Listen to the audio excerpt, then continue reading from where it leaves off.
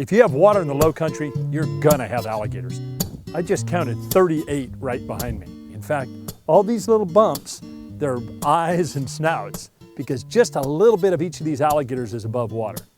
And one of the really good ways to estimate size is the distance between the eyes and the nose in inches is roughly equivalent to the length of that alligator in feet.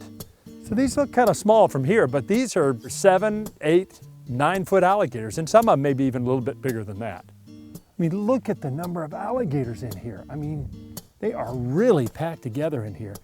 You can see sort of swirls where their tail drags. I think they're moving in here probably to feed. So the water level's lower, and there's a lot to eat in here right now. So sometimes they stack up. This is actually in an impoundment, and this used to be for growing rice. Now it's really good for management of waterfowl and all sorts of things. Of course, alligators love it. It's full of, small fish and birds and all sorts of things that alligators like to eat.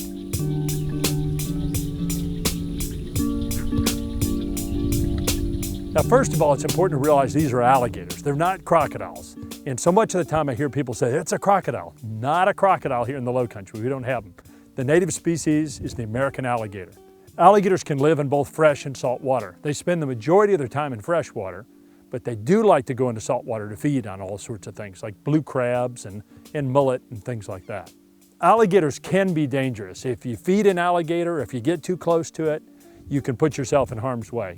In fact, as we like to say, a fed gator is a dead gator. If alligators are fed, they may start to associate people with food. That doesn't mean that they're going to eat somebody, but it does mean that they may expect you to throw food in the water. And that creates a really dangerous situation, not only for yourself, but for somebody else in the future. I love the fact that we share the low country with alligators. I mean, they're fascinating animals. And if we're careful with them, don't get too close, don't feed them, then we can live in harmony with them, no problem.